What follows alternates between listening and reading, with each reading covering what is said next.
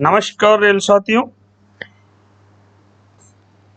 इस वीडियो में लिया हमने एनडब्ल्यूआर के जोधपुर डिवीजन के वर्कशॉप केरीज वर्कशॉप का पेपर लिया है और ये पेपर हमने शेयर किया है श्री महेंद्र कुमार यादव जी ने। तो एक बार महेंद्र यादव जी को धन्यवाद कि उन्होंने बीआर क्लासेज को ये पेपर शेयर किया। और जे इंटरमीडिएट के लिए काफ़ी समय से डिमांड आ रही थी रेगुलर कि सर जे इंटरमीडिएट 25 जो परसेंटेज का कोटा होता है, MGI IMQ कोटा होता है, उसका पेपर हमें सोल्व कराया जाए। तो ये पेपर हमने इस वीडियो में शामिल किया है। ये पेपर है साथियों ये पेपर है आपके question paper for the selection of junior engineer mechanical for caries workshop का है। ये जोधपुर का केरीज वर्कशॉप जोधपुर का पेपर है। जूनियर इंजीनियर है, मैकेनिकल है, ये आप ध्यान रखें। समय इसका 2 घंटा है और ये जो कंडक्ट हुआ था 4 मई 2021 को ये कंडक्ट हुआ था।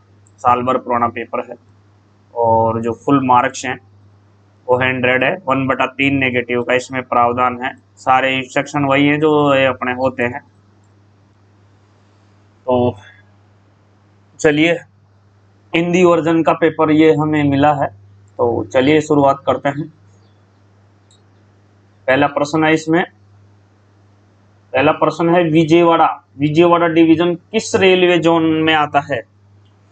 तो जो विजयवाड़ा डिवीजन है वो आपके दक्षिणी तटीय रेलवे जोन में आता है। यहाँ पे जो आपका फर्स्ट का आंसर होगा वो ए ऑप्शन होगा। ए ऑप्शन इज करेक्ट है। और भारतीय रेल का सबसे छोटा क्षेत्र वाला जोन कौन सा है? तो जो उत्तर पूर्वी रेलवे है वो सबसे छोटा क्षेत्र वाला जोन है। सबसे छोटा जोन है जो उत्तरी पूर्वी रेलवे है। और जो विजयवाड़ा डिवीजन रेलवे तो ये दक्षिण तटीय रेलवे के अंतर्गत आता है। चलिए साथियों, प्रश्न नंबर 3 है, भारतीय रेल पर लोकोमोटिव रहित ट्रेन कौन सी है? तो वो वंदे मातरम है। वंदे मातरम है, जिसको अपने ट्रेन 18 भी बोलते हैं। प्रश्न नंबर 4 है, भारत में रेल संचालन को कितने वर्ष हो चुके हैं? तो हम यहाँ भारत में रेल संचालन को यदि वर्ष देखें तो ये पेपर 2021 का है, 4 मई 2021 का है। तो अब की डेट में देखें तो मेरे हिसाब से ये 168 है, 169 हो जाएगा। उस समय के हिसाब से 168 ठीक है। डी आंसर इज करेक्ट है। नेक्स्ट है, कोंकण रेलवे का प्रधान कार्यालय स्थित है? तो कोंकण जो रेलवे है उसका प्रधान कार्यालय हेडक्वार्टर है जो नवीन मुंबई में है। ऑप्शन सी आपका यहाँ करेक्ट है।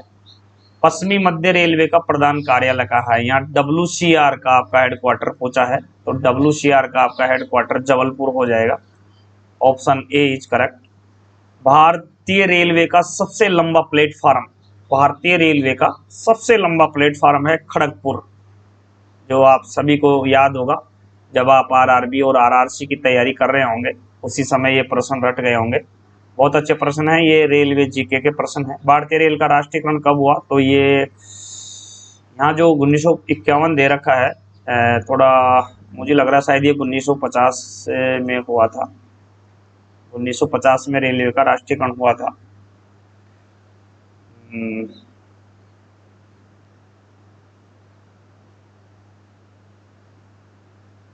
यहाँ 1951 दे रखा है, मेरे हिसाब से शायद ये 1950 है, देख लीजिएगा फिर भी। भारतीय रेलवे का राष्ट्रीयकरण 1950। और जो प्रश्न नंबर 9 है, जोधपुर मंडल रेल प्रबंधक पद पर है यानी जोधपुर की DRM साहब कौन है? तो ये आपके जो DRM साहब हैं श्रीमती गीतिका पांडेय जी हैं। और शायद अभी भी वर्तमान में भी शायद इस पद पर गीतिका पांडेय जी ही कार्यरत हैं। कमेंट्स बॉक्स में जोधपुर वाले बताएं कि वर्तमान में जोधपुर मंडल रेल प्रबंधक के पद पर कौन आसीन है। मेरे हिसाब से अभी भी श्रीमती गीतिका पांडेय जी हैं। अंतर्राष्ट्रीय महिला दिवस मनाया जाता है तो ये 8 मार्च को मनाया जाता है। अंतर्राष्ट्रीय जो महिला दिवस मनाया जाता है ये 8 मार्च को मनाया जाता है। Option A is correct. अति विशेष परिस्थिति में रेल कर्मचारी को लगातार अवधि का अवकाश स्वीकृत किया जा सकता है, तो वो 5 वर्ष तक है, जो मैं आपको WLI के सेटों में भी पढ़ाता रहा हूँ। 5 वर्ष है ये आपके पूरे सेवा काल में, 5 साल है। रेल सेवा आचरण नियम 1966 रेलवे कंडक्ट रूल 1966 के नियम किस नियम में सामान्य नियम दिए गए हैं? तो जो नियम नंबर 3 है उसमें सामान्य नियम दिए गए हैं, तो 12 में आपका बी आंसर हो जाएगा। बहुत ही अच्छा प्रश्न है साथियों। नेक्स्ट है, आश्रित को शामिल मिलकर अधिकतम कितने सदस्यों के लिए सुविधा पास जारी किया जा सकता है? यदि आप आश्रित को शामिल करते हैं तो मैक्सिमम 5 सदस्यों को शामिल किया जा सकता है, और यदि आप मैक्सिमम कितने आश्रितों को सदस्यों को शामिल किया जा सकता है, तो आश्रितों के बारे में पूछे तो मैक्सिमम 2, और आश्रित को शामिल करने के बाद अधिकतम सदस्य संख्या की संख्या पूछे तो 5। ये जो आपका ऑप्शन 5 है बिल्कुल करेक्ट हो जाएगा। सुविधा आदेश टिकट पर वापसी यात्रा हेतु तो कितनी माह की अवधि की वैधता रहती है? तो ये आजकल पीटीओ हो चाहे पास हो, पीटीओ हो चाहे आपका प्रिविलेज टिकट ऑर्डर हो या चाहे आपका पास हो, दोनों पे इनकी जो वैधता है वो 5 माह की कर रखी है। तो यहाँ पे आपका आंसर है जो 5 माह, option C is correct answer हो जाएगा। प्रश्न नंबर 15 है, संसदीय राजभाषा समिति में लोकसभा के कितने सदस्य होते हैं? तो लोकसभा के 20 होते हैं और 10 राज्यसभा के होते हैं, दोनों को मिला के टोटल आपके 30 हो जाते हैं। तो यहाँ पे जो पूछा है लोकसभा के सदस्य पूछे तो लोकसभा के यहाँ 20 हो जाएंगे, तो आपका आंसर सी इज करेक्ट हो जाएगा। रेल हिंदी सलाहकार समिति के अध्यक्ष कौन होते हैं? तो यहाँ केंद्रीय हिंदी समिति के अध्यक्ष तो होते हैं प्रधानमंत्री, और रेल हिंदी समिति के होते हैं रेल मंत्री। तो यहाँ आपका ऑप्शन बी इज करेक्ट हो जाएगा। और यदि ये केंद्रीय हिंदी समिति का पूछता तो प्रधानमंत्री जी होते। और ये प्रश्न है जो 8वीं अनुसूची में कितनी भाषाएं सम्मिलित हैं? बहुत अच्छा है, राजभाषा का प्रश्न है, बहुत अच्छा प्रश्न है। 8वीं अनुसूची में कितनी भाषाएं सम्मिलित हैं? तो ये 22 भाषाएं सम्मिलित हैं। और वर्तमान में जो आज की बात करें, वर्तमान में 22 भाषाएं हैं। जब ये 1950 में जब मूल संविधान में उस समय 1950 में 14 भाषाएं थी, उस समय फिर इसमें 8 भाषाएं और जोड़ दी गई। 8 भाषाओं में आपके सिंधी, नेपाली, मणिपुरी, कोंकणी, बोडो, डोगरी, मैथिली और संथाली, ये 8 भाषाएं जोड़ के वर्तमान में 22 है। तो आपका option D is correct answer आ जाएगा। राजभाषा अधिनियम के तहत अंडमान निकोबार द्वीप समूह किस श्रेणी में आता है? तो अंडमान निकोबार द्वीप समूह जो है आपके कै क्षेत्र में आता है? कै क्षेत्र में आता है। 3 क्षेत्रों में बटा हुआ है ये, कै, ख और ग। तो अंडमान निकोबार द्वीप समूह जो आपके कै क्षेत्र में आता है। प्रश्न नंबर 19 है, राजभाषा अधिनियम 1963 किस वर्ष संशोधित हुआ? तो ये जो राजभाषा अधिनियम 1963 है ये आपके 10 मई 1963 को ये बना था, और ये ठीक 4 साल बाद ये आपके 10 मई 1967 को संशोधित हुआ था। तो यहाँ आपका आंसर है जो ऑप्शन ए करेक्ट हो जाएगा। प्रश्न संख्या 20 है, स्वैच्छिक सेवानिवृत्ति के लिए अहरक सेवा कितने वर्ष की आवश्यकता है? तो यहाँ VRS के लिए आपको 20 साल की सर्विस चाहिए रेलवे में कम से कम, और पेंशन का हकदार होने के लिए 10 साल की सर्विस चाहिए। ये दोनों आपको ध्यान में रखना है। तो यहाँ पे 20 साल हो जाएगा, बिल्कुल करेक्ट आंसर है। और ये सुपरहिट प्रश्न है साथियों। प्रश्न नंबर जो 21 है ये बहुत सुपरहिट प्रश्न है। हिंदी दिवस कब मनाया जाता है? तो ये 14 सितंबर को मनाया जाता है। ख क्षेत्र में वर्गीकृत एकमात्र संघ राज्य क्षेत्र है? तो मैं आपको ख क्षेत्र के लिए एक ट्रिक बताता हूँ, पंगु चंद्र मैदान। तो ख में जो टोटल 6 आते हैं, 6 में आपके पंजाब, महाराष्ट्र, चंडीगढ़, दादर नगर हवेली, दमन दीव समूह, ये गुजरात, महाराष्ट्र, पंजाब, चंडीगढ़, दादर नगर हवेली एवं दमन दीव समूह, ये 6 आते हैं। तो चंडीगढ़ आपका यहाँ एकमात्र संघ राज्य क्षेत्र हो जाएगा। ऑप्शन सी इज बिल्कुल करेक्ट है। और तो ये 22 आपका कंप्लीट है। भारत के प्रथम राष्ट्र कवि कौन है? तो प्रथम राष्ट्र कवि जो भारत के मैथिली शरण गुप्त हैं। ये जीके का प्रश्न है, आपको बहुत अच्छी तरह से रटा हुआ होगा। प्रश्न नंबर 24 है साथियों, राजभाषा कार्यान्वयन समिति की बैठक की आवधिकता क्या है? तो राजभाषा कार्यान्वयन समिति की जो बैठक की आवधिकता है वो 3 महीने में एक बार है। आपको बहुत अच्छी तरह से ये प्रश्न याद होगा मेरे हिसाब से। यदि आपने मेरे से राजभाषा पढ़ी है तो मेरे वीडियो देखिए अब राजभाषा के। तो ये है प्रश्न संख्या, ये गणित के 4-5 प्रश्न है साथियों, हम इनको वीडियो के लास्ट में लेंगे क्योंकि इनमें रफ कार्य करना पड़ेगा, तो इनको लास्ट में लेंगे। आपके 25, 26, 27, 28 और 29 ये प्रश्न हम लास्ट में लेंगे। नेक्स्ट जो प्रश्न यहाँ लिया है जोधपुर कार्यशाला के लिया है, तो जोधपुर कार्यशाला में निरीक्षण शोप नंबर कितना है, तो ये जोधपुर कार्यशाला में जो काम करते हैं वो लोग बताएंगे। वैसे यहाँ उत्तर में 9 दे रखा है, तो आप भी उत्तर 9 मान लीजिएगा। जॉब के लिए लगने वाले समय की गणना है, वर्क स्टडी है, जॉब के लिए वर्क स्टडी आएगी। और यहाँ पे जो पूछा है वो दुबई की मुद्रा पूछी है। दुबई की मुद्रा क्या है, तो दुबई की मुद्रा दिरहम है। ऑप्शन डी करेक्ट आंसर है। प्रश्न नंबर 33 है, महेश भूपति किस खेल से संबंध रखते हैं, तो महेश भूपति टेनिस से संबंधित रखते हैं। ये आपके खेल पृष्ठ का प्रश्न है, खेल से संबंधित जीके का प्रश्न है। तो ये आपको वैसे भी अगर आप जीके पढ़ते हैं तो ये आपको क्लियर होगा मेरे हिसाब से। महेश भूपति किस खेल से संबंधित है, तो ये टेनिस से हैं। और ये फास्फेटिंग का प्रयोग जो होता है वो जंग रोधन में होता है, ये आपको ध्यान में होना चाहिए। फास्फेटिंग का एक प्लांट होता है और इस प्लांट में जो प्रयोग होता है वो जंग रोधन के लिए किया जाता है। तो ये डी आंसर आपका यहाँ करेक्ट है।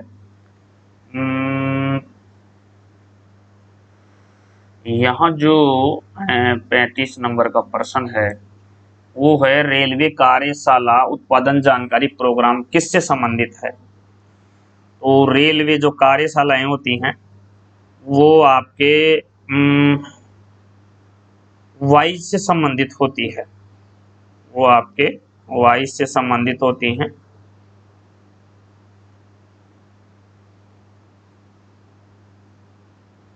तो वाइज वर्कशॉप इंफॉर्मेशन सिस्टम जो होता है वो आपके वाइज से संबंधित होता है।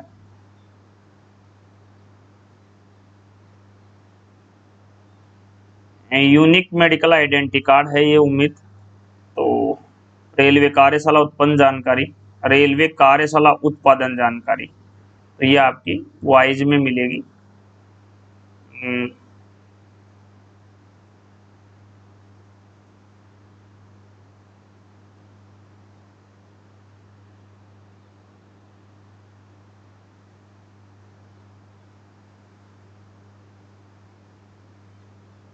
चलिए प्रश्न नंबर ये है,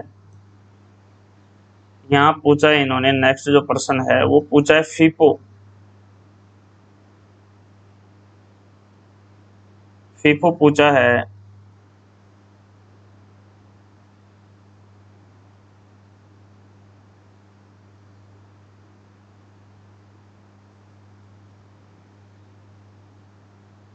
first in first out. FIFO की जो फुल फॉर्म होती है फर्स्ट इन फर्स्ट आउट, तो इसका संबंध किससे है। फर्स्ट इन फर्स्ट आउट का संबंध किसका, तो ये इन्वेंट्री से इसका संबंध है, ऑप्शन बी। और यहाँ है जो स्टोर मैनेजमेंट के लिए पूछा है, तो स्टोर मैनेज के लिए आपके यूडीएम होता है, user depot module, user depot module होता है। ये जो एचआरएमएस है तो चिकित्सा से संबंधित है, human resource management system, UDM होता है जो यूजर डिपो मॉड्यूल होता है। तो ये स्टोर से यहाँ संबंधित होता है, तो ये आपके ऑप्शन बी यहाँ सही है। नेक्स्ट है 38 है, इनमें से कौन सा कंप्यूटर सर्च इंजन नहीं है, तो गूगल, याहू, बेदू। यहाँ वोल फॉर्म है जो कंप्यूटर सर्च इंजन नहीं है, बाकी गूगल, याहू और बेदू तीनों हैं। प्रश्न नंबर 39 है, कंप्यूटर के सेंट्रल प्रोसेसिंग यूनिट का कार्य क्या है, तो ये गणना व प्रोसेसिंग है, गणना व प्रोसेसिंग है। प्रश्न संख्या 40 है, रणथंभौर स्थित है, तो ये आपके रणथंभौर सवाई माधोपुर में स्थित है। बोगी फ्रेम की जांच की जाती है, तो बोगी फ्रेम की जांच के लिए आपको जाइग्लो, तो बियरिंग के लिए की जाती है, जाइग्लो टेस्ट जो किया जाता है वो बियरिंग में आंतरिक दरार के लिए किया जाता है। और यूएसटी जो टेस्ट किया जाता है, अल्ट्रासोनिक टेस्ट, वो आंतरिक सतह के जांच के लिए किया जाता है। तो यहाँ जो बोगी फ्रेम की जांच की जाती है, बोगी फ्रेम की जांच के लिए डीपीटी टेस्ट किया जाता है, बोगी फ्रेम की जांच के लिए डीपीटी टेस्ट किया जाता है। तो यहाँ आपका ऑप्शन ए इज करेक्ट है। और जो रणथंभौर स्थित है वो आपके सवाई माधोपुर में है। नेक्स्ट है, यहाँ बायोटैंक के एनारोबिक बैक्टीरिया का पीएच का मान पूछा है, जो कि आपसे 6 से 9 हो जाएगा, 6 से 9 हो जाएगा। और ये जो एनारोबिक बैक्टीरिया है ये बायो टैंक में 120 लीटर डाला जाता है, 120 लीटर डाला जाता है। एनारोबिक बैक्टीरिया होता है ये बायो टैंक में 120 लीटर डाला जाता है, ये भी आप ध्यान रखिएगा। तो यहाँ 6 से 9 हो जाएगा पीएच मान। प्रश्न नंबर 43 है, जोधपुर कार्यशाला का वर्तमान में एसी कोच का पीओच का मासिक टारगेट क्या है? तो ये 2021 की बात है साथियों, वर्तमान में 22 चल रहा है, तो उस हिसाब से यहाँ 15 दे रखा है, तो आप 15 मान लीजिए। बाकी का जोधपुर वर्कशॉप में जो कार्य करते हैं वो कमेंट्स में बताएंगे। जोधपुर कार्यशाला का वर्तमान में LHB SS2 का वार्षिक टारगेट कितना है? तो ये आपके पेपर 2021 का है, तो 4 मई 2021 का है, तो उसके हिसाब से उस समय 12 था। अब हो सकता है बढ़ गया हो या घट गया हो। वर्तमान में कितना है ये जो कार्यशाला में काम करते हैं वही लोग बता सकते हैं वहाँ की रियल पोजीशन। तो यहाँ फिलहाल हम पेपर के हिसाब से ए आंसर ले रहे हैं। और उत्तरी पश्चिमी रेलवे के AGM साहब कौन, असिस्टेंट जनरल मैनेजर कौन है? तो ये पहले गौतम मीणा जी थे, गौतम अरोड़ा जी थे, और मेरे हिसाब से शायद अभी भी यही है। ऊंचाई नापने के लिए प्रश्न नंबर 46 है, ऊंचाई नापने के लिए प्रयुक्त होने वाला गेज कौन सा है? तो ऊंचाई नापने के लिए वर्नियर कैलिपर यूज किया जाता है, जिसका लिस्ट काउंट 0.02 होता है, ये भी ध्यान रखिएगा। 2 mm होता है, वर्नियर लिस्ट काउंट होता है ये। मेटल शीट कटिंग के लिए प्रयुक्त होने वाली मशीन है, तो ये शीयरिंग मशीन होती है साथियों, ये आपके शीयरिंग मशीन होती है। कारखाना अधिनियम कब पारित हुआ? कारखाना अधिनियम आपके 1948 में पारित हुआ था, और ये जो लागू हुआ वो आपके 1 अप्रैल 1949 से प्रभावी हुआ था या लागू हुआ था, ये भी आपको ध्यान में रखना है। PSC आइटम की खरीद से की जाती है, तो ये आपके PSC प्रोप्राइटरी आर्टिकल सर्टिफिकेट होता है। प्रोप्राइटरी आर्टिकल ये स्टोर से संबंधित है, तो यहाँ सिंगल टेंडर आ जाएगा। सिंगल टेंडर का मतलब एकल निविदा, तो 49 में ऑप्शन इज करेक्ट आंसर हो जाएगा। और ये जो 50 नंबर का प्रश्न है ये मशीन एंड प्लांट से है। मशीन एंड प्लांट खरीद किस प्लान हेड में की जाती है? तो ये PH प्लान हेड 41 में की जाती है, ये आप बहुत अच्छी तरह से याद रखिएगा, अच्छा प्रश्न है। पैंट में रंग का कारक है, पैंट में रंग का कारक है, तो यहाँ पे जो आपका आंसर बनेगा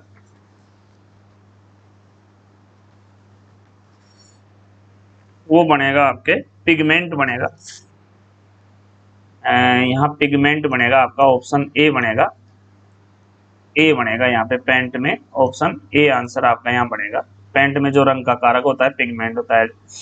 DPT टेस्टिंग किस डिफेक्ट के लिए करते हैं? तो DPT जो करते हैं वो आपके सरफेस के लिए करते हैं, यहाँ सरफेस का मतलब सतह हो जाएगा, option B is correct answer, 52 में बी हो जाएगा यहाँ। पेंट विस्कोसिटी से मापी जाती है, तो ये फोर्ड कप होता है, फोर्ड कचली फोर्ड कप होता है, ये ऑप्शन सी इज करेक्ट है, ये होता है आपका फोर्ड कप। फोर्ड कप होता है, ये कच नहीं होता है, फोर्ड कप होता है। इससे क्या है कि पेंट की विस्कोसिटी मापी जाती है फोर्ड कप से, तो यहाँ ऑप्शन सी हो जाएगा। नेक्स्ट है 54 है, बफर प्लंजर की अधिकतम नॉमिनल मोटाई कितनी है? तो बफर प्लंजर की जो नॉमिनल मोटाई पूछी है वो होती है आपके 9.50 या 10.5। ये आंसर इनकरेक्ट है साथियों, और मुझे थोड़ा सा विवादित लग रहा है प्रश्न, सस्पेंस है ना, तो हम इसको यहाँ से डिलीट कर देंगे या छोड़ देंगे। प्रश्न नंबर 55 है, 16.25 टन एक्सल लोड बोगी के टॉप ऑफ फ्लेंज की मोटाई है, तो 16.25 की 16 mm हो जाएगी। और आपके नॉन AC की बात करें यानी कि 13 टन की बात करें तो उसके लिए आपके 12 mm हो जाएगी, उसके लिए 12 mm हो जाएगी, और 16.25 की बोगी के लिए 16 mm हो जाएगी, दोनों याद रखिएगा। ये 16 mm 16.25 टन के लिए और 13 टन की के लिए 12 mm। LHB कोच की पूरी अधिकतम मानक चौड़ाई क्या है? तो LHB की जो कोच की चौड़ाई है वो 32-40 होती है, 32-40 होती है, और आपके ICF RCF की 32-45 होती है, 32-45 होती है, दोनों नाप आप यहाँ ध्यान रखें। LHB कोच का राइडिंग इंडेक्स पूछा है तो वो 2.5 होता है, 2.5 से 2.75 तक होता है, मैक्सिमम 2.75 होता है, ये भी ध्यान रखिएगा। तो यहाँ आंसर अपना सी ले लेंगे, सी आंसर इज करेक्ट हो जाएगा। LHV की कोच की कोडल लाइफ पूछी है, तो LHV कोच की कोडल लाइफ के बारे में अभी कोई सबूत नहीं है।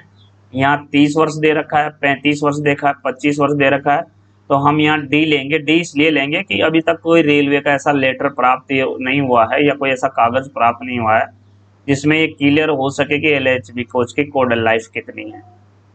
तो चलिए नेक्स्ट प्रश्न है, LHV कोच के धुरे की क्षमता कितनी है, तो 16.25 टन होती है। आपका ए ऑप्शन इज करेक्ट है। ब्रेक पाइप के लिए कलर कोडिंग है, तो ब्रेक पाइप का हरा होता है और फीड पाइप का व्हाइट होता है। यहाँ ब्रेक बीपी का मतलब ब्रेक पाइप, इसका ग्रीन होता है, और यहाँ FP का होता है फीड पाइप, उसका यहाँ व्हाइट होता है। ये दोनों ध्यान में रखिएगा। तो यहाँ पे आपका ऑप्शन बी इज करेक्ट हो जाएगा। रेगजीन की हाथ से सिलाई के लिए कौन सा धागा काम में लेते हैं, तो वहाँ पर आपको कॉटन का धागा काम में लाते हैं। ये ट्रिमिंग से संबंधित है, जहाँ पे सीटों की सिलाई वगैरह होती है वहाँ से संबंधित प्रश्न है, तो ये कॉटन का धागा काम में लिया जाता है, ऑप्शन ए। वर्तमान में बायोटाइल में प्रयुक्त होता है, तो वर्तमान में जो बायोटाइल प्रयुक्त हो रहे हैं वो एस ट्रेप के हो रहे हैं, एस ट्रेप के हो रहे हैं, ध्यान रखिएगा। ICF के सोल बार में शामिल है, तो ये जेड सेक्शन होता है। ICF का जो सोल बार होता है वो जेड सेक्शन, जेड टाइप होता है, ध्यान रखिएगा। Option C is correct answer. ICF coach के जल की टंकी की क्षमता होती है, तो ICF कोच की जो जल की टंकी होती है वो 450 लीटर के हिसाब से हम देखें तो पूरे कोच में ये 1800 लीटर हो जाएंगे एक कोच में, तो उस हिसाब से देखें तो 1800 लीटर ठीक है। अधिकतम बफर प्लंजर स्ट्रोक mm में है, तो अधिकतम बफर प्लंजर होता है 127 mm, 127 mm होता है। तो आपका यहाँ आंसर ए इज करेक्ट हो जाएगा। प्रश्न संख्या 66 है, ICF कोच के बफर प्लंजर फेस डायामीटर है। ICF कोच के बफर प्लंजर फेस डायामीटर है, तो वो 457 mm है, option B is correct answer है। नेक्स्ट है 67 है, ICF प्लंजर का निर्माण कास्ट इस्पात से होता है, option C is correct answer. प्रश्न नंबर 68 है, डिस्ट्रक्शन ट्यूब के अंदर उपलब्ध है, तो वो बफरा आपका आंसर आएगा, option D is correct answer. और नेक्स्ट है 69 है, ICF कोच के लिए व्हील का डाया है, तो ICF कोच के लिए व्हील का डाया 915 है। कंडम हो जाएगा आपका ICF के लिए कंडम हो जाएगा 825, और 100 पीसू साइज हो जाएगा 837। और वहीं LHV की बात करें तो LHV के लिए भी 915 है, और कंडम के लिए हो जाएगा आपको 855 है नया, लेकिन आज अगर ऑप्शन में आपको 855 नहीं मिलता है तो 845 लगाइएगा। और 100 पीसू साइज अगर LHV की बात करें तो 842 है। ICF कोच के व्हील फ्लेंज की मोटाई कितनी है, तो ये 29.4 mm है, option B is correct answer. प्रश्न नंबर जो 71 है, जिमलेट टूल का प्रयोग कहाँ होता है, तो ये बोरिंग में होता है, ऑप्शन ए इज करेक्ट है आपका। चीजल की छेनी, चीजल होती है छेनी, चीजल की कटिंग एज होनी चाहिए, तो वो हार्ड एंड टेम्पर होनी चाहिए, option A is correct answer. Thread rolling सीमित है, तो ये डक्टाइल धातु के लिए सीमित है, एथेतर में ए आंसर हो जाएगा आपका। हेक्सा ब्लेड को लंबाई से स्पेसिफाई करते हैं, धातु से धातु की संख्या से, चौड़ाई से नहीं, लंबाई से उसको स्पेसिफाई करते हैं, तो यह option A is correct answer है। प्रश्न संख्या 75 है, फाइल से मेटल हटाया जाता है, तो फाइल से आपके रिटर्न स्ट्रोक से नहीं, फॉरवर्ड और रिटर्न दोनों से नहीं, इनमें से कोई नहीं, तो फॉरवर्ड स्ट्रोक से हटाया जाता है। ये टेक्निकल क्वेश्चन है। फाइल यानी जो अपन रेती बोलते हैं, फाइल रेती, फाइल से मेटल हटाया जाता है, तो फॉरवर्ड स्ट्रोक से आएगा, option B is correct answer. तो चलिए साथियों, यहाँ तक हम 75 तक कर लिए हैं, बाकी सेकंड पार्ट लाएंगे इसका, उसमें हम इसको देखेंगे। तब तक के लिए दीजिए आज्ञा। थैंक यू वेरी मच, धन्यवाद।